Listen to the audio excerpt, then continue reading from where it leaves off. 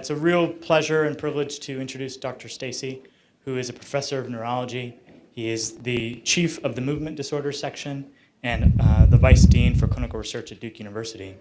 His areas of interest are in motor and non-motor symptoms of Parkinson's disease, and today we're going to hear about some really seminal work he's done with impulse control disorders in the setting of Parkinson's disease. By way of background, he completed his medical training at the University of Missouri and then Movement Disorders Fellowship at Baylor College. He joined Duke in 2003, and he'll provide some more of his background that brought him up to this point at a number of other institutions where he developed a real expertise in movement disorders. And I think what's nice is we'll hear about the importance of astute clinical observations and then translating that into therapies to help our patients. He's internationally renowned, as one would expect, over 150 publications.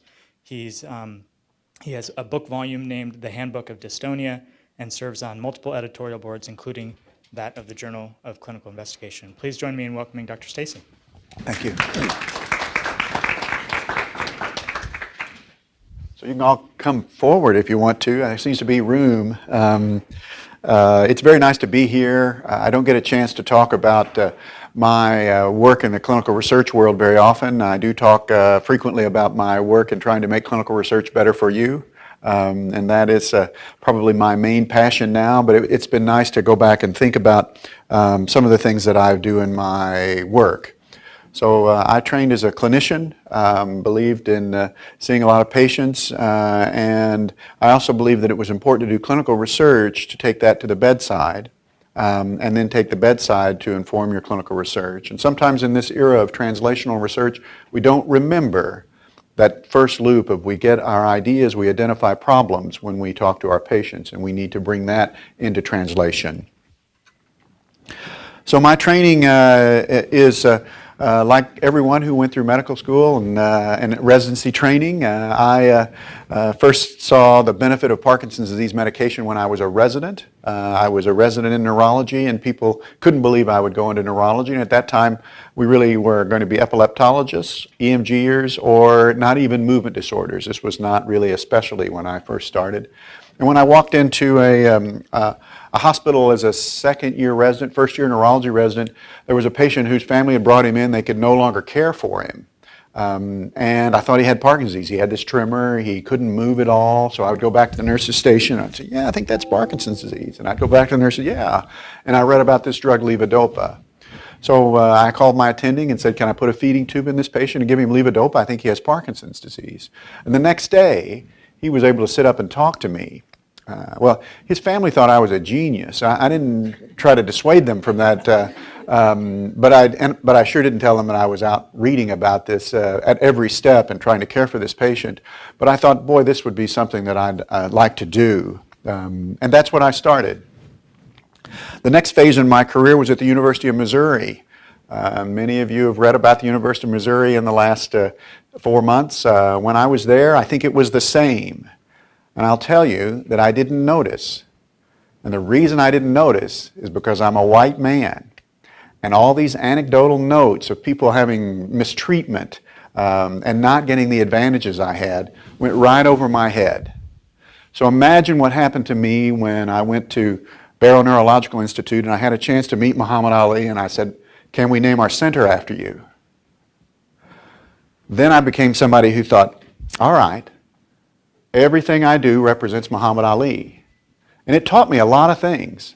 One of the things it taught me was to look at a room. This room is pretty diverse. It's not very full, but it's pretty diverse. And so what I want you all to do is when you walk into a room, you need to look at the room to say, are we adequately represented? Do we look like Durham? Do we look like Duke? Do we look like the U.S.? And if you begin to practice that, I believe we'll start being to take actions, and not actions that were required at the University of Missouri where a young man went on a hunger strike. Actions where we are really taking the conversation out of the room and putting it into action. So one of the things that I do in my clinical research world is I try to promote, try to hire equitably. So when you have a chance to hire somebody, interview everybody you can. Seek diversity. And more importantly, when you promote somebody, Because when you look at our organizational charts, we get much less diverse as we move forward, and that's our fault. And so as a senior leader, white man at Duke University, for the 40 of you, I want to change the institution, and we can start by beginning to look at our room and look at our people. So that's probably the biggest message that I'll say in my life, but I appreciate the chance to talk about it. So I'm going to talk about what I did at the University of Missouri. I'm going to talk a lot about what I did at Barrow, and I'm going to talk about how my experiences at Barrow in this very small center have informed me as I'm trying to do some things at Duke. So let's see if I get this right.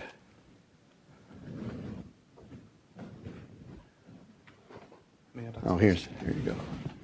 Right there? So let's see what medication can do.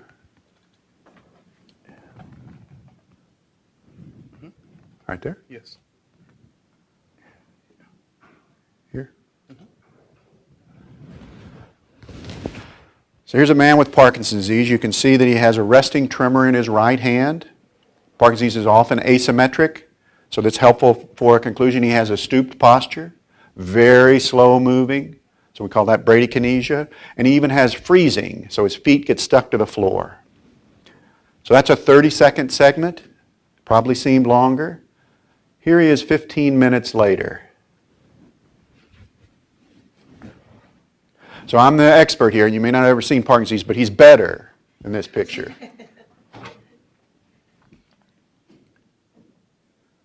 So this is a drug that is the most potent drug we have for Parkinson's disease. Kicks in 5 minutes. It lasts for about 20.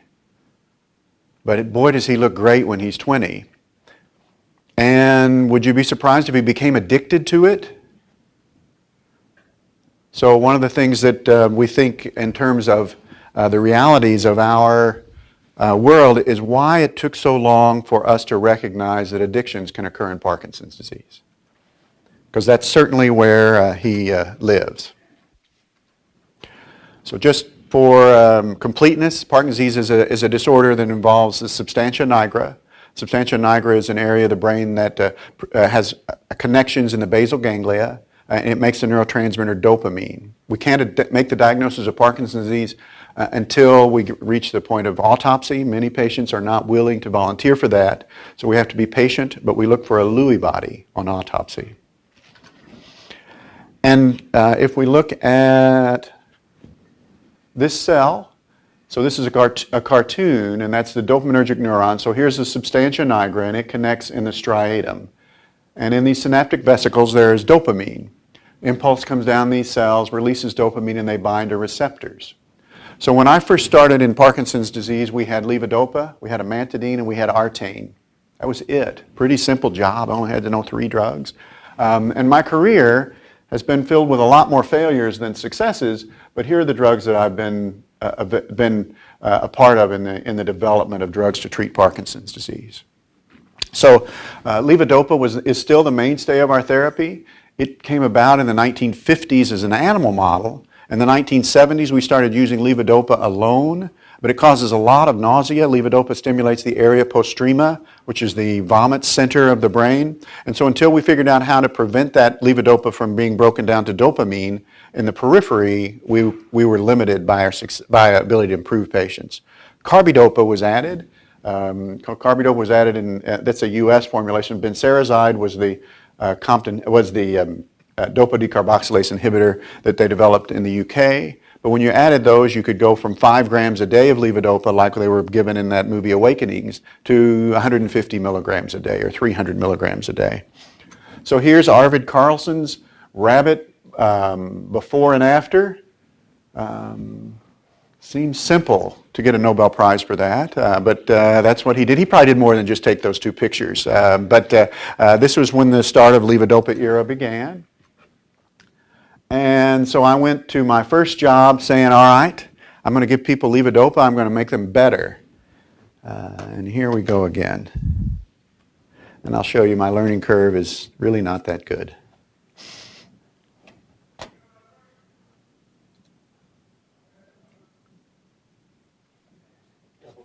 Double click there, all right.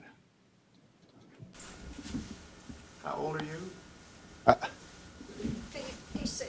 When did you last take your Cinemet? What was it, 10 after 11 when y'all came in? Yeah, so 15 minutes ago. So now you're getting dyskinesias and it's Yeah, getting it's ready. getting ready. And what does that feel like? So you can see she's got tremor in her right hand Not as bad. and dyskinesias. So the tremor is from not enough levodopa, and the dyskinesias are from too much And does levodopa. this go away in a second? Yeah, it'll go away pretty soon. So I need to get more levodopa to her right brain, Oh, about 4, 3 or left brain, and less to every place else. This is the worst one I've had lately. When I get tired, of course, it's worse. Now is it kicking in? Yeah. Now what difference do you feel? I feel relaxed. And do you feel relaxed? I mean, all over or in your head or where? No, just all over. You can just I feel my muscles just relaxing. Uh-huh. See it now, I can. And how long does this last? Oh, it varies. Sometimes just a few minutes and sometimes it's an hour.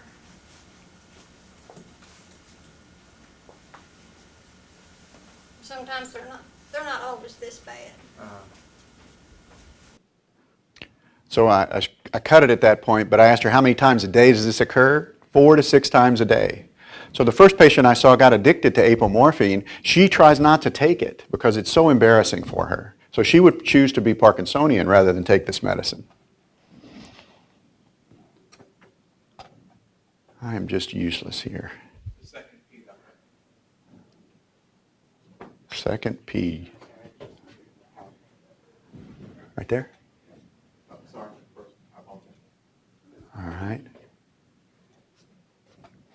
So if we go back here, so that drug, so the dyskinesias are from levodopa. So I hit right in the era of having to take care of these people who have been treated for 15 years of levodopa and thought, what can I do better? And so then we started looking at dopamine agonists and levodopa sparing.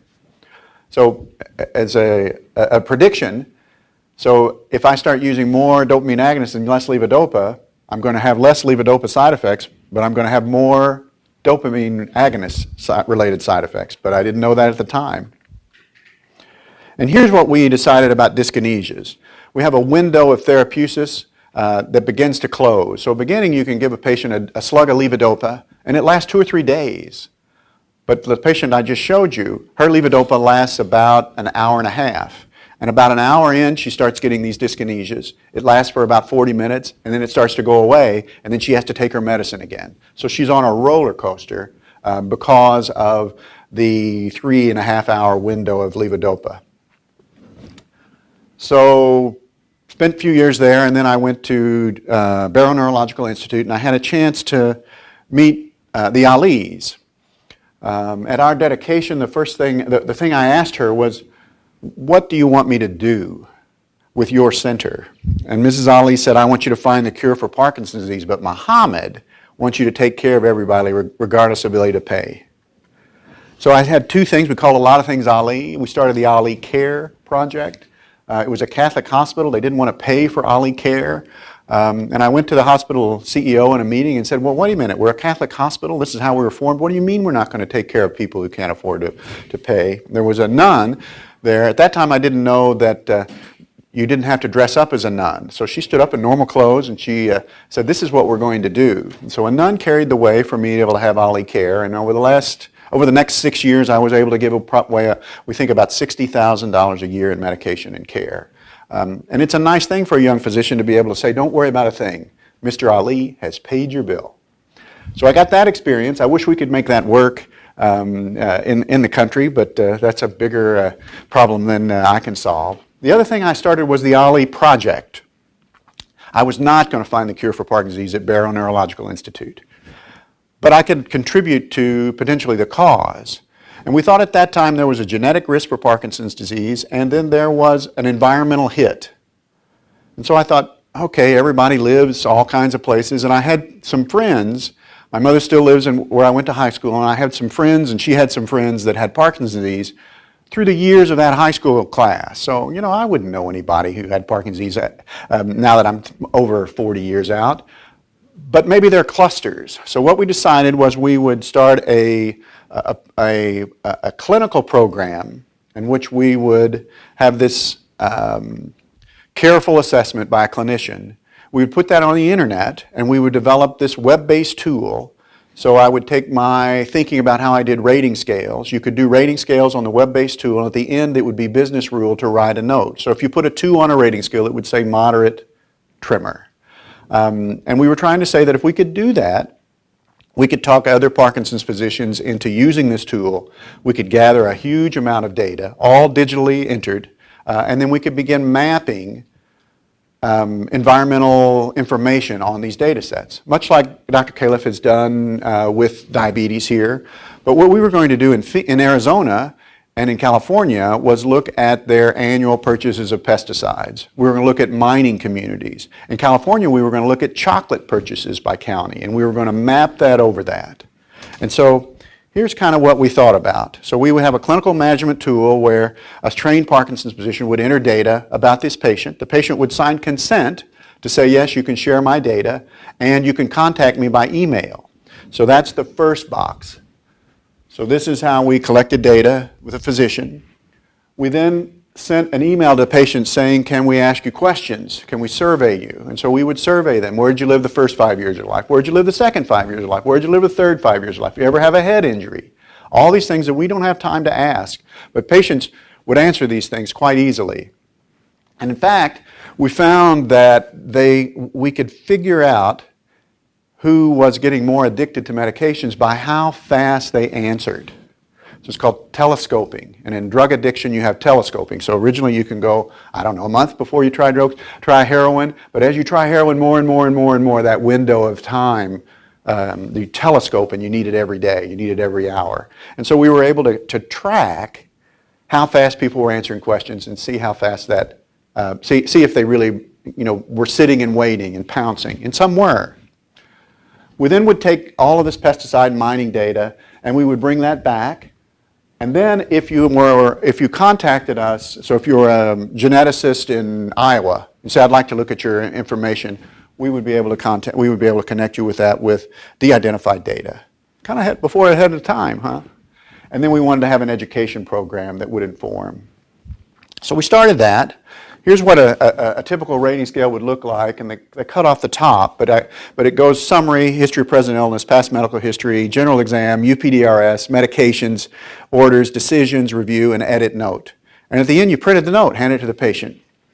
And so this worked pretty well. Maybe it worked really better with my fellows, who I made do it. But we started in December of 1999, just talking about it. We had our first programming in 2000.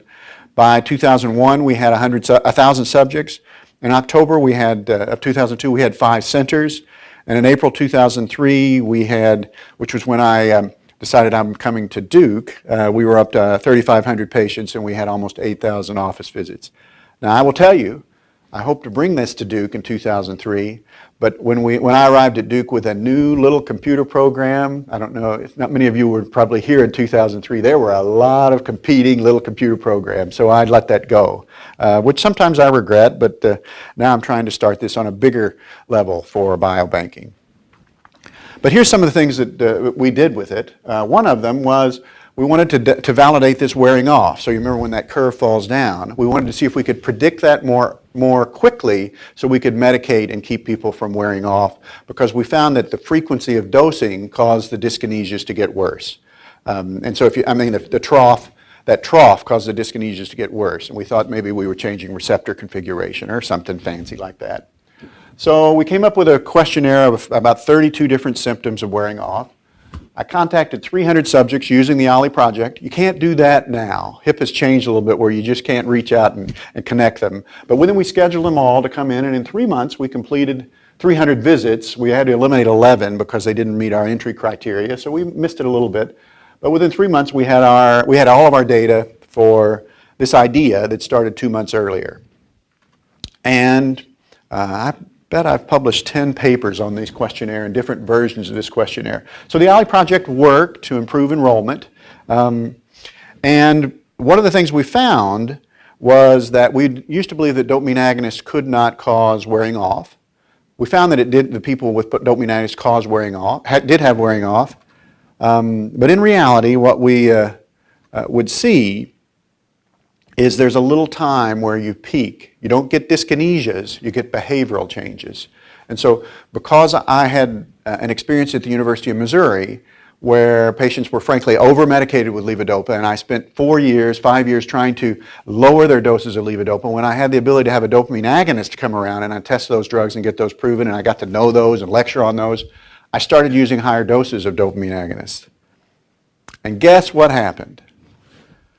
1 week in about 1999, a patient came in and said, "Doctor," his wife said, "Doctor, since he was last here, he's lost $60,000 in the Native American gaming casinos in Sun City." That was a Monday. On Thursday, a patient came in and said, "Doctor, since we were last here, my husband's lost $60,000 in a Native American gaming casino." So there were several coincidences in that. One was, I believe that was probably my fault. I went back to look at what I had done, and I had raised their dopamine agonist dose, not out of range, but I had raised that to the top of the range in both patients. The second thing that I thought was interesting is how come they both lost $60,000? So you can tell your parents that when they retire in Phoenix and they have good credit all their lives, if they go to casinos, the credit card they'll allow 20 grand of loss per month on a credit card. It's a great world. Some of the underbelly you don't see. So boom, they lost really a substantial part of their life's story. So I went through and looked at the OLLI project. You remember the addictive answering the questions? We looked at those patients, and we identified, besides the 2 that I had found that just volunteered this, we found 7 others. So we had 9 in my database of 1,800. So we said, all right, this is a 1.5% incidence. And maybe that's the same as pathological gambling in the normal population. So then I reported this in Spain, which is a good place to go to report any information, I would tell you. And I had very senior members of the Parkinson's research community come to me and say, "I don't think you should report this. I think what you're going to do is kill these drugs." That's before disclosure was really a big deal. But it's a big deal.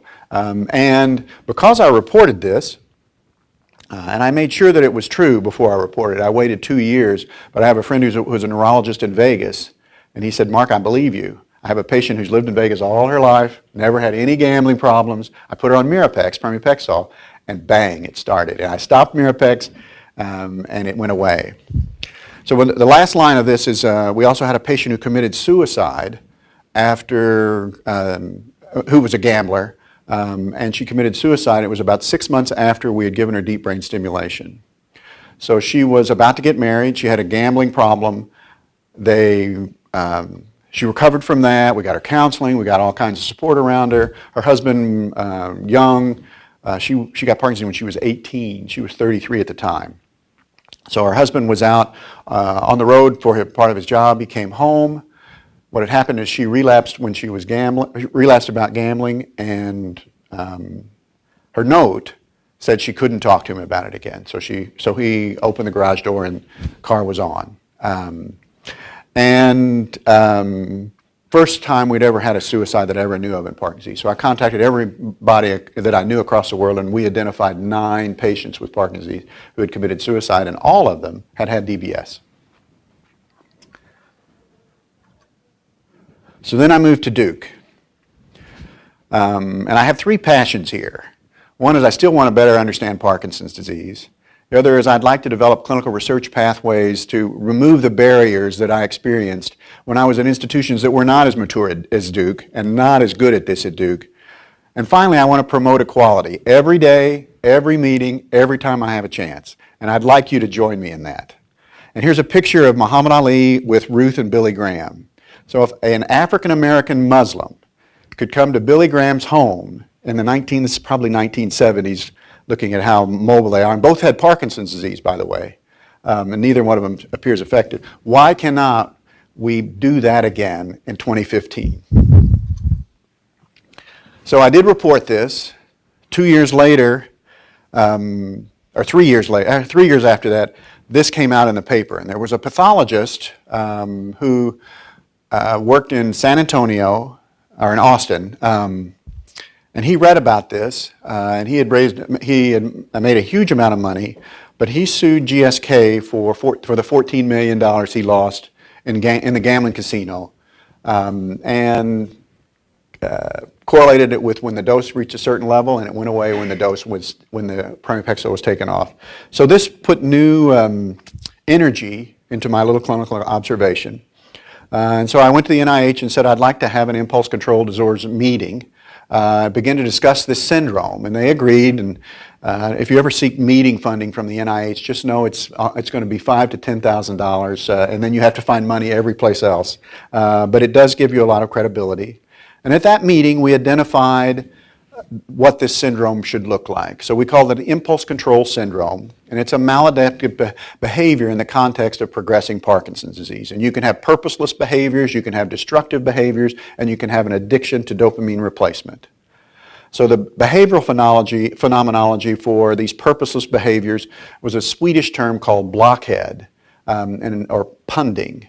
The translation of the U.S. in English is blockhead. And they first observed this in their friends, the amphetamine addicts. So if you were using amphetamine, there were some people who would go off into a room and just do purposeless movements until the drug level of amphetamine reduced.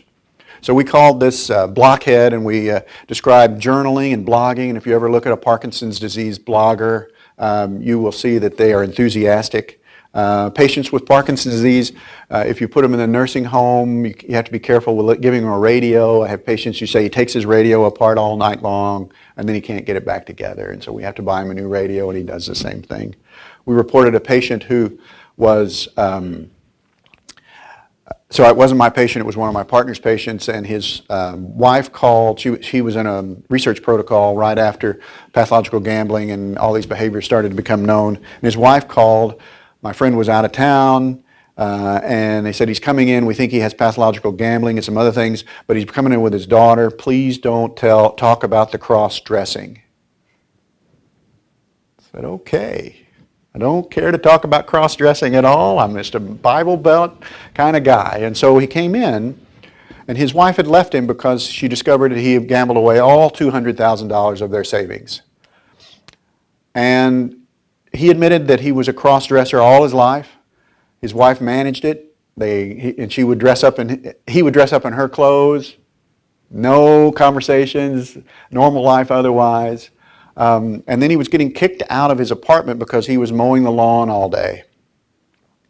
And I said, why were you doing that? And then he would take apart the lawnmower and put it back together. And I said, why were you doing that? He said, well, I couldn't gamble anymore. I didn't have any money. I couldn't look at porn anymore. I didn't have a computer. I couldn't cross-dress anymore. My wife left me. I don't have any clothes. What else can I do? And so you have to realize that we are juicing up a behavior that has to come out. It is just a drive. And here are some of the things that are associated with that. Buying things, walkabouts, these impulsive things, suicides. Finally, this hoarding medications, taking medications addictively, gambling, shopping. I had a patient who, on Saturdays, she and her children would go to garage sales and buy things all around town. And on Sunday, the husband would take it all back because she couldn't help it. But that was a lot cheaper than her going to Macy's. And it's probably easier to take it all back. And here's what we think happens. So if you look in this top bar, there's a task switching. So a Parkinson's patient really doesn't like to change their minds. So if you look at the control, the CS, that's the pressure to change. You don't have to pressure somebody to task switch if they don't have Parkinson's disease. If patients are off medications, you have to push them pretty hard for them to change their mind. And if you give them medication, that becomes more normal. But if you look at impulsivity, that's I'll make a decision without really thinking. When they're off, there's a resistance to that, and maybe they're protected by that task switching resistance. But when they're on medications, they become hyper-impulsive, and they no longer resist those things. So they begin to make bad decisions and not really realize I'm losing thousands and thousands and thousands of dollars. And then we did a study looking at deep brain stimulation, and we found that when we gave somebody a high conflict system, so two different variables, I can make a decision. 10, maybe I can make a decision, but 20, I can't do that, and so I'm just going to make a decision to move on. That's what I think happened to that young woman who committed suicide. She had more and more things on her, she couldn't deal with it, and she had that impulsive issue. And so this is a cartoon of a dopamine neuron, and if we try to divide these behaviors, probably because levodopa is absorbed by the same receptor as cocaine and amphetamine, punding is a levodopa sort of behavior. And then if we look at addiction, dopamine agonists are probably the cause of the addiction, since that's what we've seen, and that's going to be a postsynaptic membrane. And then this craving, this dopamine dysregulation syndrome, is probably from a low amount of dopamine synaptically. So if you look at attention deficit disorder with tics, you try to restrict dopamine. So you put them on dopamine blocking drugs so they don't have symptoms of Tourette syndrome, so they don't have tics. But if you do that, that sometimes increases their impulsivity, their ADD. And so what we think is that ADD is from a low dopamine concentration in that synapse. And so it's very similar to something we see in a hyperkinetic movement disorder. The other output from that report of the $14 million lawsuit, he won that lawsuit, by the way, was the FDA mandated another drug manufacturer to have this Dominion study. So I helped design the study with Dan Reintraub, and we looked at 3,000 patients with Parkinson's disease, and we looked for the incidence of ICD. And you remember I had 1.5%. Well, we found 14.6% when we carefully observed them. And if you look at dopamine agonist use, almost 20% of patients on dopamine agonist had impulse control disorder. And then the other things, the independent associated factors, are those that are being associated with addiction in general. We also needed a questionnaire to decide if we had an intervention that would make things better, so I asked Dan to lead that, and he developed the QUIP questionnaire. So an outcome of that meeting is a way to measure symptoms. Now remember, I showed you that synaptic cartoon. It's much more complicated and I think interesting to think about how these things happen.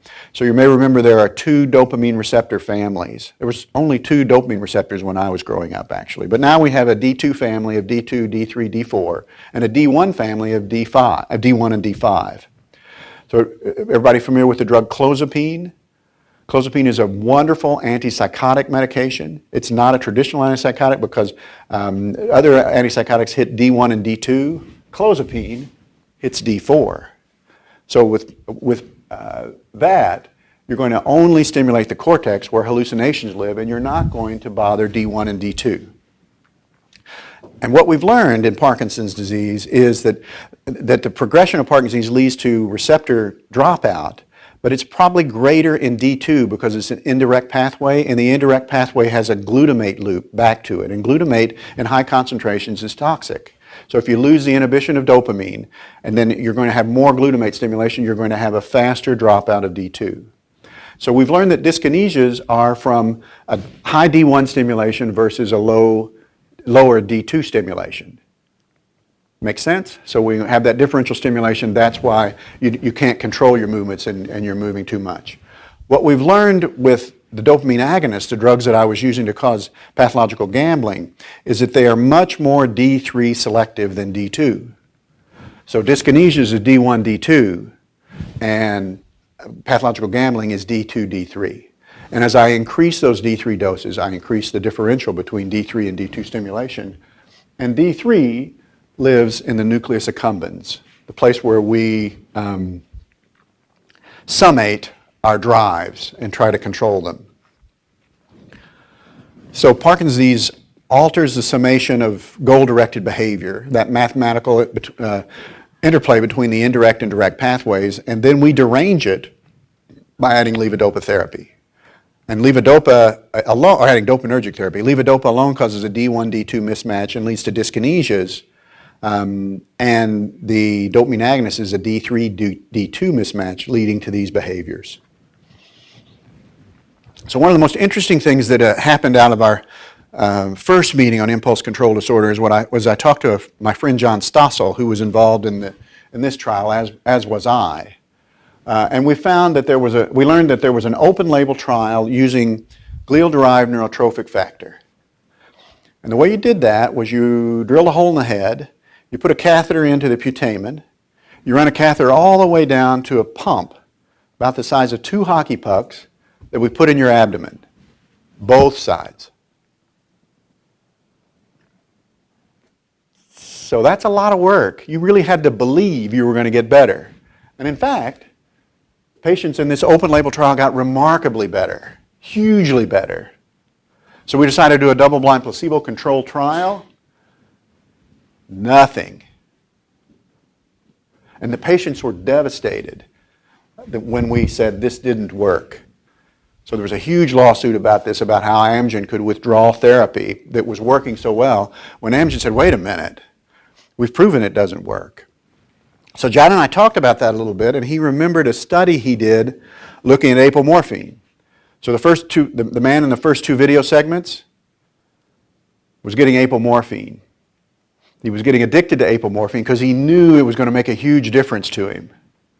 So he went back and looked at, because he tried to do an experiment to look at the effect of apomorphine on raclopride displacement. So raclopride binds the dopamine receptor, and if you give somebody dopamine or apomorphine, it displaces raclopride, and you can measure that. And so here we are before and after. The brighter the signal, the more dopamine. This patient got a placebo. So what he demonstrated was the neurotransmitter of placebo effect is in fact dopamine. And what he demonstrated was if he simply got them to take out all their junk and draw it up and just touch the needle to the skin, they were able to get the same thing. So they didn't even have to inject with saline solution. They just had to get it all out. So imagine if you got 2 catheters wound all the way down and 4 hockey pucks put into your abdomen. That's a lot more incentive to get better than just a little needle stick. So what this demonstrated to us is we have to be very careful with our Parkinson's disease population in terms of proving new therapies and in terms of the quackery that these charlatans will take advantage of this poor population who says if you take kidney beans and you put them in your ears, you're going to get better. Or if you go to Germany and get stem cell transplants and spend your $25,000, you're going to get better. Or if you go to Mexico for stem cell. So we have to worry about this all the time, and it's because dopamine is the placebo effect neurotransmitter. So that led to our second ICD workshop. We did that in 2012. And our goal was to find animal models and to find treatments that we could test in animal models and humans. And we were able to identify 2 animal models that we think will be reasonable ways to move drugs through, and we came up with some conclusions. There weren't a lot of new conclusions. We had bench scientists there who were not really quite ready to say that this is from dopamine agonists more than levodopa. But we identified treatments. We identified naloxone as a potential treatment, cognitive behavioral therapy as a treatment, and DBS, and these other agents. We've had papers now out that naloxone does improve these symptoms, cognitive behavioral therapy does improve these symptoms. We believe that DBS is also going to be demonstrated to improve these symptoms, and we're looking for medications that can alter, that can replace that declining D2 receptor. So there's a drug called, there's a receptor, adenosine antagonist, and adenosine antagonists, I guess they're the 2A form. You play more with another form of that in cardiology, but the 2A form, it co-localizes with the D2 receptor. The D2 receptor drops out and these increase. So if we're able to inhibit that A2A receptor, we may be able to improve symptoms of Parkinson's or these behavioral symptoms. And so here is the course from my little case report in 2000. Presented that in Barcelona, published in Neurology in 2003, first ICD meeting, and second ICD meeting. And to me, it's amazing that before 2000, nobody had ever reported pathological gambling in Parkinson's. We've looked and looked and looked, and we've never found any of it. And now we're publishing almost 100 papers a year on this syndrome. And I think what's happened is our society has become increasingly addicted to machines. We're increasingly addicted to looking at, into automatic feedback. I do appreciate you all not playing on your phones very much this lecture, but if you really look at this, we're used to getting instant information all the time. We play video games that get better and better and better. And if you look at our children are not very good at managing difficult times, at least in my world. Our resilience is a lot less. And I think that's because we helicopter around them, and that would definitely be me.